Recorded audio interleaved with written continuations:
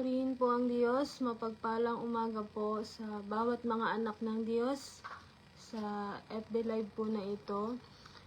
Tayo po'y patuloy na punuin ng Diyos ng Kanya pong mga salita. Hatayaan po natin sa umagang ito ay maranasan po natin ang pagkilos ng Panginoon at maitaas po natin ang Panginoon sa ating pong mga buhay. Minsan pa tayo po ay mag-aaral ng Kanya pong mga salita at hayaan po natin na mangusap po sa atin ang Kanya pong mga salita. Tayo po ay panandali ang manalangin. Ama naming Diyos na dakila, makapangyarihan po sa lahat, sa may lalang ng langit at lupa, at sa may akda ng aming pong mga buhay, sa Diyos na aming pong sinasamba at pinupuri sa umaga pong ito. Patuloy po namin kinikilala na kayo ang Diyos na gumagawa sa buhay ng bawat isa po sa amin. Marapatin niyo po kami sa umagang ito, Ama, sa pamamagitan ng inyo pong bugtong na anak na si Jesus, ay patuloy kaming lumalapit sa inyo pong mahabaging trono. Sa oras na ito, Ama, patuloy po naming inihiling ang inyo pong mayamang pagsama sa pamamagitan ng inyo pong banal na Espiritu na patuloy na gumagawa sa buhay ng inyo pong mga anak. Hayaan niyo, O Diyos, na inyo pong mga salita ay patuloy na mangusap po sa amin, patuloy na magturo, magtuwid, magpaalala, O Diyos, sa inyo pong mga anak. At sa umagang ito, Panginoon, patuloy po naming hinihiling na ang inyo pong banal na Espiritu ang siyang patuloy na kikilos po sa amin at dadaloy sa buhay ng bawat isang makikinig ng inyo pong mga salita. Salamat po, Panginoon, patuloy po naming pinagkakatiwala ang aming pong mga buhay sa inyo pong mapagpalang kamay. Patuloy niyo kaming biyayaan at patuloy po naming maunawaan ang inyo pong mga salita na nagbibigay ng buhay sa bawat mga anak po ninyong patuloy na nagnanasa, O Diyos, ng inyo pong kapangyarihan. Salamat, O Diyos, kayo po ang maitaas sa buhay ng bawat isa. Itago niyo lamang ang inyo pong abang lingkod sa inyong likuran at kayo po ang siyang patuloy na makita at mahayag sa umagang ito. Sa makapangyarihan ng pangalan ng aming pong Panginoong Jesus. Amen. Salamat po sa Panginoon. Mapagpalang umaga po sa bawat isa po sa atin na nanonood. At isang malaking pribilehiyo po na magamit ng Diyos sa pagpapahayag ng Kanya pong mga salita. Ang FB Live po na ito ay mula po sa District 9 sa pangunguna po ng Pastor Luis Bailon. Salamat sa Kanya pong kahabagan at biyaya na patuloy po tayong malayang makapagpahayag ng Kanya pong mga salita. Amen po, na bagamat sa ibang mga lugar ay limitado ang pangaral ng salita ng Diyos. Pero salamat sa Diyos, tayo po ay nasa bansang malayang makakinig at makapangaral ng salita ng Diyos. Kaya salamat sa Panginoon, hayaan po natin na patuloy na mangusap ang salita ng Diyos. Ang ating pong pag-aaralan ay sa aklat po ng Marcos, Kabanata 4, talatang 30 hanggang 32. Sa aklat po ng Mark chapter 4, verse 30 hanggang 32 po. Ang sabi po dyan, sinabi pa ni Jesus, sa ano kaya maitutulad ang paghahari ng Diyos? Sa ano ko kaya ito maihahambing? Katulad ito ng isang buto ng mustasa na siyang pinakamaliit sa lahat ng buto. Ngunit kapag naitanim na at tumubo, nagiging mas mataas ito kaysa sa ibang halaman, at kahit ang mga ibon ay nakapamumugad sa lilim ng mga sanga nito. Purihin po ang pagkabasa ng salita ng Diyos. Ang ating pong pag-aaralan, ang kahalagahan ng bawat binhi o salita ng Diyos na nahahasik sa kaharian ng Diyos. At makikita po natin, di ba, ang Panginoong Jesus, bakit kaya niya inihambing? Alam naman na po ng nakararami ang talinghagang ito. Inihambing niya po ang kaharian ng Diyos sa napakaliit na buto ng mustasa, at sinasabi nga, ito po yung, sinabi nga ng Panginoong Jesus, ito po yung pinakamalhit sa lahat ng buto. Meron pa nga pong ilang pagtatalo-talo dyan na hindi daw po ang buto ng mustasa ang pinakamaliit. Pero mismo ang Panginoong Jesus ang nagsabi na ito yung pinakamaliit na buto sa lahat ng klase po ng butong ng halaman ating pong makikita. So inihambing ng Panginoon ang kaharian po ng Diyos o tayo po sa buto ng mustasa. At unang puntos po, bakit mahalaga ang bawat binhi na nahahasik bilang po sa atin, bilang mga nakatanggap po ng salita ng Panginoon? Bakit mahalaga? Una po, ipinapakita ng Panginoon ang proseso sa pag-aani at pagtatanim na kabilang sa kanyang kaharian. Purihin po ang Panginoon. May kita po natin dyan, di ba, ang pagtatanim ay isang bagay po na kinakailangan po nating bigyan ng panahon, bigyan ng halaga, bigyan ng oras, at bigyan ng lakas. Kinakailangan po nating maunawaan na kung paanong ibinigay ng Diyos ang kanya pong buhay. Kinakailangan po nating maunawaan na sa pagtatanim po, bilang po tayong mga lingkod ng Diyos na nakakilala sa kanya pong biyaya at kahabagan, napakahalaga na malaman po natin ang hindi po ganoon kadali ang proseso ng pagtatanim at pag-aani po ng mga kaluluwa. Ipinapakita ng Panginoon yung proseso. Hindi naman po, di ba, kapag nagtanim po tayo, hindi po kaagad-agad na paglagay po natin ng binhi ay aani po kagad tayo. Kinakailangan po ng mahabang panahon, mahabang oras na ginugugol. Kinakailangan ng lakas upang patuloy pong makita po natin yung proseso na hanggang sa siya po ay mamunga. Amen po. Na kinakailangan nating maunawaan na ang Panginoong Hesus hindi nagmamadali sa pag-ani po ng mga kaluluwa. Amen po. Kaya tayo po minsan sa tayo pong mga lingkod ng Panginoon na hindi po ganoon kadali na basta't may makita lang po na may nabuksan po tayong gawain, purihin ang Panginoon. Pero makikita po natin doon yung proseso na kinakailangan po natin pagdaanan. May mga pagsubok, may mga suliranin pa tayong mga hakbangan. At salamat sa Panginoon. Pangalawa, bakit mahalaga ang bawat binhi na nahahasik? Pangalawa, ito ang pasimula ng lubusang plano ng Diyos sa mga anak niyang pinili sa kaligtasan. Sabi doon sa Roma chapter 1 verse 16 to 17, hindi ko ikinahihiya ang magandang balita tungkol kay Kristo dahil ito ang kapangyarihan ng Diyos sa ikaliligtas ng lahat ng sumasampalataya, una ang mga Hudyo at gayon din ang mga hindi Hudyo, sapagkat ipinahayag ng magandang balita kung paano itinuturing ng Diyos na matuwid ang tao, at ito'y sa pamamagitan lang ng pananampalataya. Ayon sa kasulatan, sa pananampalataya, mabubuhay ang matuwid. Amen? Ito ang pasimula ng magandang plano o lubusang plano ng Diyos sa isang anak po niyang pinili at tinawag po sa kaligtasan. Ibig sabihin po, kinakailangan po nating maghasik ng maghasik. Lalo na po sa panahon po natin ngayon na po yung panahon na kinakailangan maipangaral ang salita ng Panginoon. Dahil sabi nga ni Apostol Pablo, hindi niya ikinahihiya ang magandang balita. Dahil ito lamang ang kapangyarihan ng Diyos para makakilala ang isang tao sa ating pong Panginoon. Na bagamat alam po natin na hindi talaga lahat ay tutugon dun sa panawagan ng Diyos na kaligtasan. Pero ito po yung napakagandang bagay na ibinigay po sa ating pribilehyo bilang mga mananampalataya po ng ating Panginoon. Kinakailangan na ang salita ng Panginoon ay patuloy na mahasik ng mahasik sa buong sangkatauhan.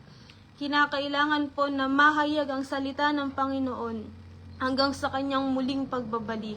Dahil alam po natin, nakikita na po natin yung mga tanda ng muling pagbabalik ng ating pong Panginoon. Kaya bilang tayo po ng mga anak ng Diyos, tinawag na hasikan at tumubo po yung binhi ng Diyos na itinim sa ating pong mga puso. Kinakailangan na maahayag din po natin ang salita ng Panginoon sa bawat mga anak po ng Diyos o sa bawat mga pinili ng Diyos. Dahil doon po natin makikita talaga yung mga tutugon na sa bawat binhi kung mayroong magbubunga, merong tutubo. Amen po. At pangatlo naman po, dahil hindi na nawawalan ng kabuluhan ng bawat binhi o salita ng Diyos na maaaring magbunga at lumago. Bakit mahalaga na ang bawat binhi ay mahasik? Hindi po nawawalan ng kabuluhan yan. Yung bawat mga paglilingkod, bawat mga salitang nahasik po natin sa iba't ibang mga lugar, hindi nawawalan ng kabuluhan. At minsan pinaalala din po ng Panginoon sa akin ito, dahil nagtatanong ako sa Panginoon ano ba yung maaari nating mapag-usapan. At isa na rin po ito sa mga pinaalala ng Panginoon na sa bawat mga salita ng Diyos na hinahasik po natin sa puso ng bawat isang tao, kahit isa o dalawa po ang tumugon doon, ibig sabihin po, hindi nawawalan ng kabuluhan ng salita po ng Panginoon. Amen po? At kung paano po tayo inabot ng Panginoon, kung paano po, nung una tayong inabot ng Panginoon, hindi naman po ganun kadali. Amen po? Kinakailangan po ng mga lingkod ng Panginoon ng mahabang panahon para abutin po tayo. Ibig sabihin, yung binhi na itinanim po sa atin, hindi po ito nawawalan ng kabuluhan. Dahil sabi sa John 15:16, tayo po ay pinili ng Diyos. Hindi tayo ang pumili sa Kanya. Siya ang pumili sa atin upang mamunga ng mga bungang mananatili. Amen po. Tayo po yung isa sa mga bungang nanatili. Ayan, purihin ng Diyos. Nakikilala po ng Diyos ang bawat isa po sa atin. Nung tayo po ay nakita ng Diyos, bago pa man itatag ang sanlibutan, nakita niya na po yung bawat isang mga anak po niyang mananatili at yung mga bunga na mananatili at magbubunga ng mga bungang mananatili. Amen po? Hindi nawawalan ng kabuluhan ng bawat binhi. Kaya napakahalaga bilang parte ng kaharian ng Diyos ay maunawaan po natin na sa bawat salita ng Panginoon, lagi nating tatandaan, hindi po tayo yung hindi po sarili po natin yung pinapakilala natin, kundi ang salita ng Diyos na may kakayanang magbago ng buhay, kundi ang salita ng Diyos na may kakayanang i-transform ang ating pong mga pag-iisip, ang ating lifestyle, ang may kapangyarihan sa lahat ng bagay na kung bakit nalikha ang mundong ito ay dahil sa salita po ng ating Panginoon. Purihin po ang kanyang mga salita. At sunod naman po, ano ang tungkulin natin na mga nahasikan ng binhi o ng salita ng Diyos? May tungkulin po tayo. Amen. Ano yung tungkulin po natin bilang mga binhi na namunga at tumubo sa atin ang salita ng Panginoon? Unang-una, simple lamang po, tungkulin natin na ipangaral ang salita ng Panginoon. Sabi sa Isaiah chapter 61 verse 1 to 3, ang Espiritu ng Panginoong Diyos na sa akin, sapagkat hinirang niya ako na mangaral ng magandang balita sa mga mahihirap. Sinugon niya ako para aliwin ang mga sugatang puso at para ibalita sa mga bihag at mga bilanggo na sila'y malaya na. Sinugo rin niya ako para ibalita na ngayon na ang panahon na ililigtas ng Panginoon ang kanyang mamamayan at parurusahan ang kanyang mga kaaway. Sinugo rin niya ako para aliwin ang mga nalulungkot na Zion. Nang sa ganoon, sa halip na maglagay sila ng abo sa kanilang ulo bilang tanda ng pagdadalamhati, maglalagay sila ng langis o ng koronang bulaklak sa kanilang ulo bilang tanda ng kaligayahan. Sila'y magiging parang matibay na puno na itinanim ng Panginoon. Kikilalanin silang mga taong matuwid sa ikaluluwalhati ng Panginoon. Purihin po ang pagkabasa ng salita ng Diyos. Sabi sa Isaiah chapter 61 verse 1 to 3, na ang salita ng Panginoon ay may kakayanang magpagaling ng mga sugatang puso. Amen? Kaya yung tungkulin po natin na sa bawat pangangaral ng salita ng Panginoon, hindi natin namamalayan na yung bawat makaririnig nito ay may kinikilos po ang Panginoon. Na kung bakit tungkulin po natin nito na sa mga sitwasyon na kinaharap po ng bawat mga tao na ipapangaral natin ang salita ng Panginoon. Sabi sa Isaiah, na ang Espiritu ng Diyos na nasa atin, hinirang niya tayo upang ipangaral ang magandang balita para aliwin ang mga sugatang puso. Hindi natin namamalayan, merong nakikinig pala na talagang punong-puno ng pagdadalamhati at magiging daan iyon para siya ay tumawag sa Diyos. Amen? Kaya hindi nawawalan ng kabuluhan ang bawat binhi na nahasik po sa pamamagitan ng salita ng Panginoon. Kaya napakahalaga ng tungkulin po natin bilang mga mananampalataya ng Panginoon. Dahil merong mga wasak ang puso, merong mga sitwasyon na kinaharap ang bawat tao na magiging daan para po papurihan nila ang Panginoon.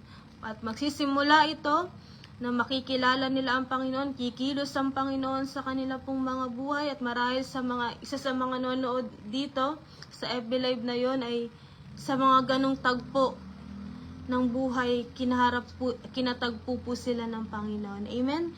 At salamat sa kanya pong mga salita. Pangalawa naman po, anong tungkulin natin bilang mga nagbunga ng salita ng Diyos?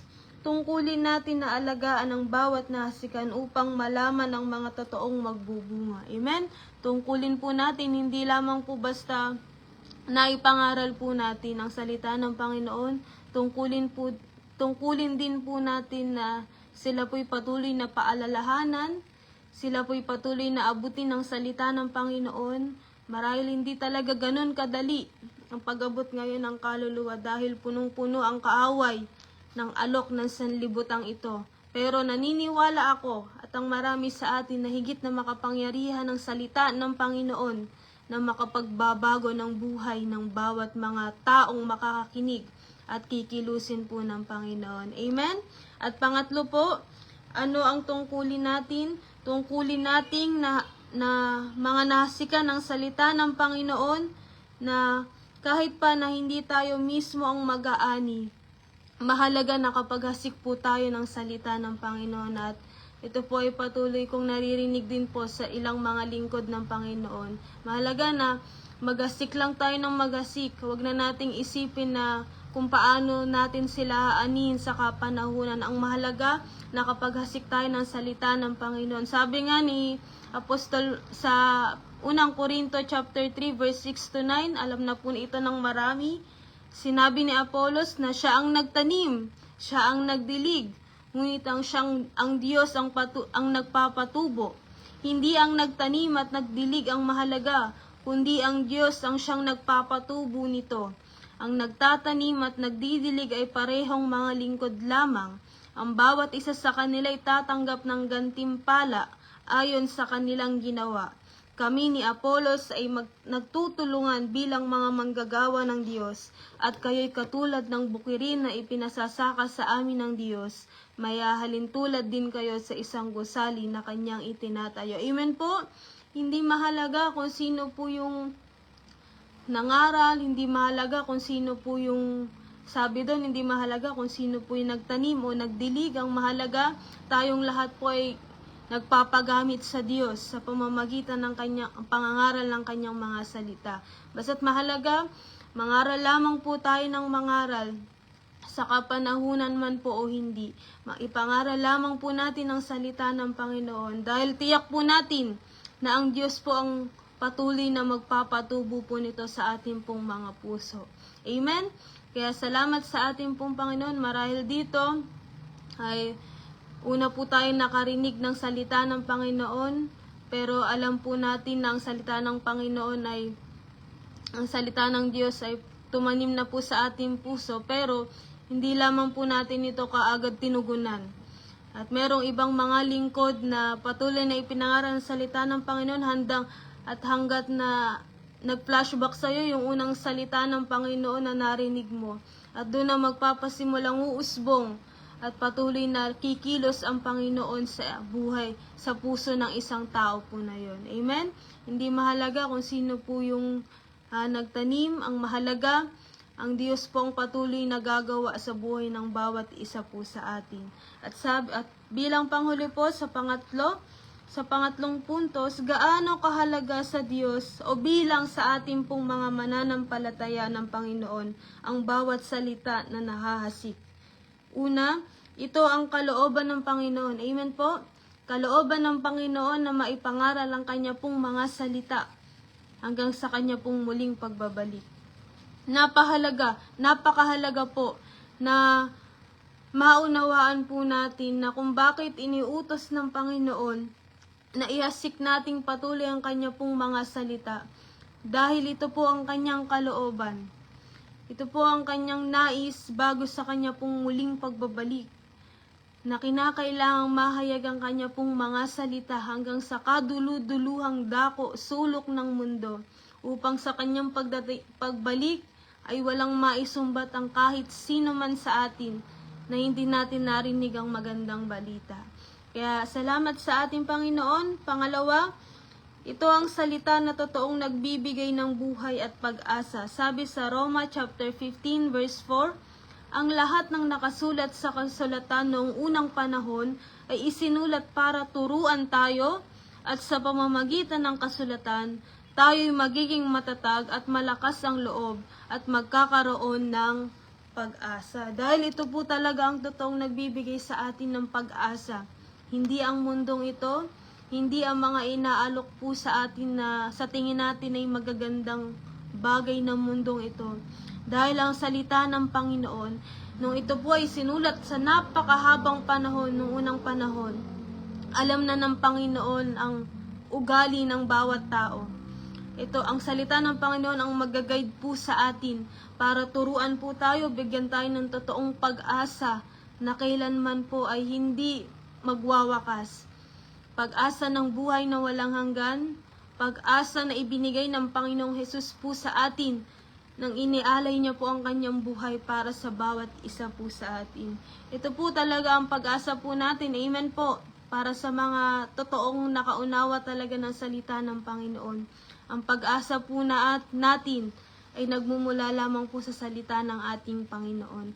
Na kung bakit ang bawat isa ay nanonood sa mga ganitong klaseng live po, dahil patuloy nating nais na maunawaan ng kanya pong mga salita na nagbibigay ng pag-asa, nagbibigay sa atin po ng buhay. At pangatlo po, dahil kahit pa sa maliit na bagay na ginagawa natin para sa Diyos, basta dalisay ang ating puso, nagkakaroon ito ng malaking epekto sa kaharian ng Diyos. Katulad ng ating pong Panginoong Hesus, na katulad ng isang buto ng mustasa, napakaliit. Pero kapag ito po ay tinanim po natin, magiging bulaklak, magiging halaman hanggang sa unti-unti. 'Di ba nakita po natin yung sa yung mustard sa Israel, 'di ba? Ito kapag ito po ay naging talagang puno na, napakalaki po nito. At sabi sa salita ng Panginoon, maaaring pinamumugaran ng napakaraming ibon. Ganon din po sa atin, na even in the smallest thing na ginagawa po natin sa Panginoon, hindi po nawawalan ito ng kabuluhan. Na kahit pa napakaliit na akala po natin na hindi nakikita ng Panginoon, meron po itong kabuluhan sa harapan ng ating pong Panginoon. Nakikita ng Diyos ang bawat pagpapagal po natin. Na katulad ng buto ng mustasa, na sa kabila ng napakaliit pong buto, pero kapag ito po ay namunga, lumago ng lumago, ay magiging malaking, magkakaroon po ito ng malaking epekto sa kaharian po ng ating pong Panginoon. Amen po. Katulad din po sa atin, hayaan po natin na yung salita ng Panginoon na naitanim po sa atin ay patuloy na magbunga. At ang ating pong buhay ay magkaroon ng malaking epekto sa kaharian po ng Diyos. Magkaroon ng malaking pagpapala po sa buhay ng bawat mga anak ng Diyos. Na kahit sa maliit na bagay, alam po natin na gumagawa ang Diyos. Amen po? At hindi nawawalan ng kabuluhan ng bawat salita ng Diyos. Lagi po nating tatandaan. Kasi minsan nakikita po natin na kapag tayo po ay nangangaral ng salita ng Panginoon, ang nakikita natin lagi yung sarili natin. paano ba natin maidi-deliver ng maganda tong salita ng Panginoon. Lagi nating tatandaan na ang Panginoong Hesus po ang inihahayag natin, hindi po ang ating pong mga sarili. Kaya salamat sa ating Panginoon, purihin ang kanya pong mga salita, ng kung paanong ibinigay ng Diyos ang kanyang buhay para sa bawat isa po sa atin. Ganon din po nating ibigay ang ating pong buhay para sa ating pong Panginoon. Dahil hindi nawalan ng kabuluhan ang pagkamatay ng ating pong Panginoong Hesus, kundi ito po ay nagbunga ng buhay na walang hanggan po para sa mga anak po niyang totoong tumanggap po sa Kanya at tinanggap po siya bilang Panginoon at Diyos ng ating pong mga buhay. Kaya ang totoong pag-asa po natin ay hindi sa mga bagay ng mundong ito, kundi sa buhay na darating na inilaan ng Diyos para po sa bawat isa pong mga anak po niya. Amen po? Kaya patuloy lamang po tayo sa ating pong pananampalataya. Patuloy po nating panghawakang maigi yung bawat salitang ibinigay po sa atin ng Panginoon. Una, itong inihasik ng Panginoon sa mga alagad. At pangalawa, inihasik ng Diyos, ay inihasik ng bawat alagad sa bawat mga taong kikilala sa ating pong Panginoon. Hudyo man o hindi Hudyo, ay inihasik ng Diyos ang kanya pong mga salita para patuloy nating matanggap yung kanya pong yung lawak ng kanya pong biyaya at kahabagan at ang kanyang dakilang pag-ibig sa buhay ng bawat isa sa atin. Purihin po ang Diyos, mapagpalang umaga pong muli sa bawat isa po sa atin. Patuloy po tayong biyayaan ng Diyos at pagpalain ng kanya pong mga salita. Tayo po ay minsang magwakas ng panalangin. Ama naming Diyos na dakila, makapangyarihan po sa lahat, salamat po o Diyos sa inyo pong mga salita na nagpapaalala po sa amin. Totoo po iyon, Panginoon. Kami ay minsan nasika ng inyo pong mga salita. At ito po ay kayo po ang patuloy na gumawa sa buhay ng bawat isa sa amin. Na kung bakit ang bawat isa po sa amin ay naririto dahil kayo ang Diyos kayo ang Diyos na kinahabagan po kami at nakita po kami. Salamat, Panginoon, sa inyo pong biyaya at kahabagan. Patuloy niyo pong pagpalain ng bawat isang mga anak po ninyo nanonood sa FB Live na ito. Patuloy po naming maunawaan ang inyong kalooban. Patuloy niyo kaming tulungan, Panginoon, dahil ang totoo mahina po kami. Wala po kaming magagawa, O Diyos. Kaya patuloy ko pong dalangin na tulungan niyo po kami makapanindigan sa inyo pong mga salita. Tulungan niyo po kaming palaging makasunod sa inyo pong kalooban. Salamat, Panginoon, sa inyo pong mga salita. Palain niyo po ito at patuloy na ingatan sa aming pong mga puso. At patuloy na ipaalala niyo po sa aming palagi ang inyong mga salita ay siyang aming pong buhay at pag-asa. Salamat po, O Diyos. Pagpalain niyo po ang bawat isang nanonood sa FB Live na ito. Kayo ang patuloy na gumawa at kumilos sa amin. Patuloy niyo po kaming ingatan, ilayo sa anumang gawa ng masama sa amin pong mga buhay. At kayo ang palaging maitaas, kayo ang palaging magbigay sa amin ng mabuting pagnanasa na maparangalan kayo sa amin pong mga buhay. Pagpalain niyo po kaming palagi sa lahat ng aspeto ng amin pong mga buhay at patuloy na ingatan at i-preserve, Panginoon, para sa inyo pong dakilang kalooban. Sa inyo lamang po ang lahat ng papuri. Patuloy na maibaba po kami at kayo po ang maparangalan. Sa pangalan po ng aming Panginoong Hesus. Amen. Salamat po sa Panginoon. Pagpalain po tayong lahat ng Panginoon.